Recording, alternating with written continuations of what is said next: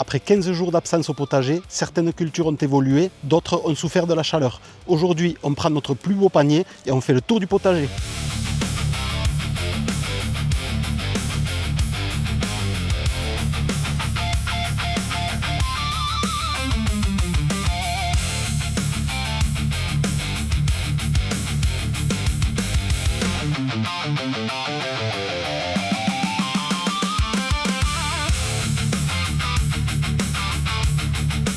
Les tomates ont bien grandi. Je pense que l'ombrage que j'ai fait avant de partir a été plus que bénéfique.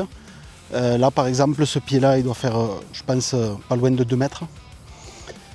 Il y a pas mal de tomates qui sont rouges, on va les récolter. Et puis ce week-end, on va tailler les gourmands et puis rattacher un peu tout ça parce que ça part un peu dans tous les sens.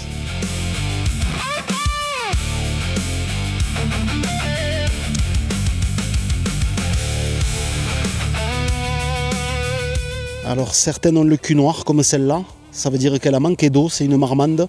On va l'accueillir et on va concentrer l'énergie sur les fruits sains.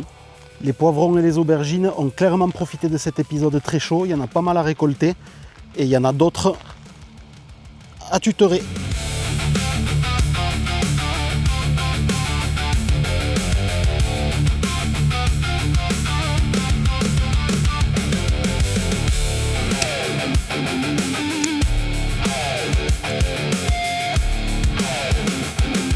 En ce qui concerne les haricots, ils ont beaucoup souffert de la chaleur, ils n'ont pas fait beaucoup de gousses.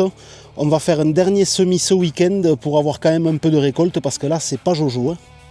Les courgettes ont bien poussé, mais par contre, il n'y a toujours aucun fruit à l'horizon. Alors c'est étonnant parce que les autres années, on en a été débordés. Les choux-fleurs, eux, ont été attaqués par la punaise du chou. Donc je pense que la culture est morte. On va continuer un peu à l'arroser, mais je pense que là, c'est terminé pour eux.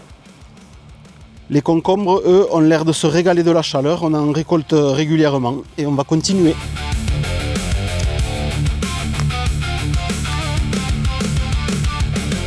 Alors il était quand même temps de les récolter parce qu'ils ont un peu jauni.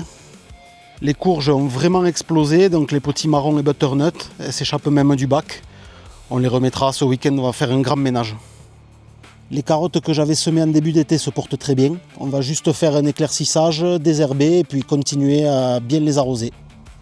Les poireaux et les oignons, eux, ont beaucoup souffert de la chaleur, mais je suis persuadé qu'en continuant à les arroser, ils vont repartir. Et enfin, les cuves d'eau sont vides. On va attendre qu'il pleuve pour qu'elles se remplissent et d'ici là, on va continuer à arroser avec l'eau du réseau.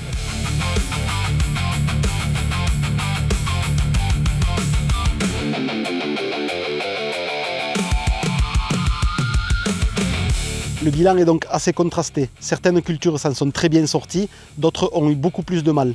Dans la prochaine vidéo de ce week-end, on remet le potager en état et on sème des haricots.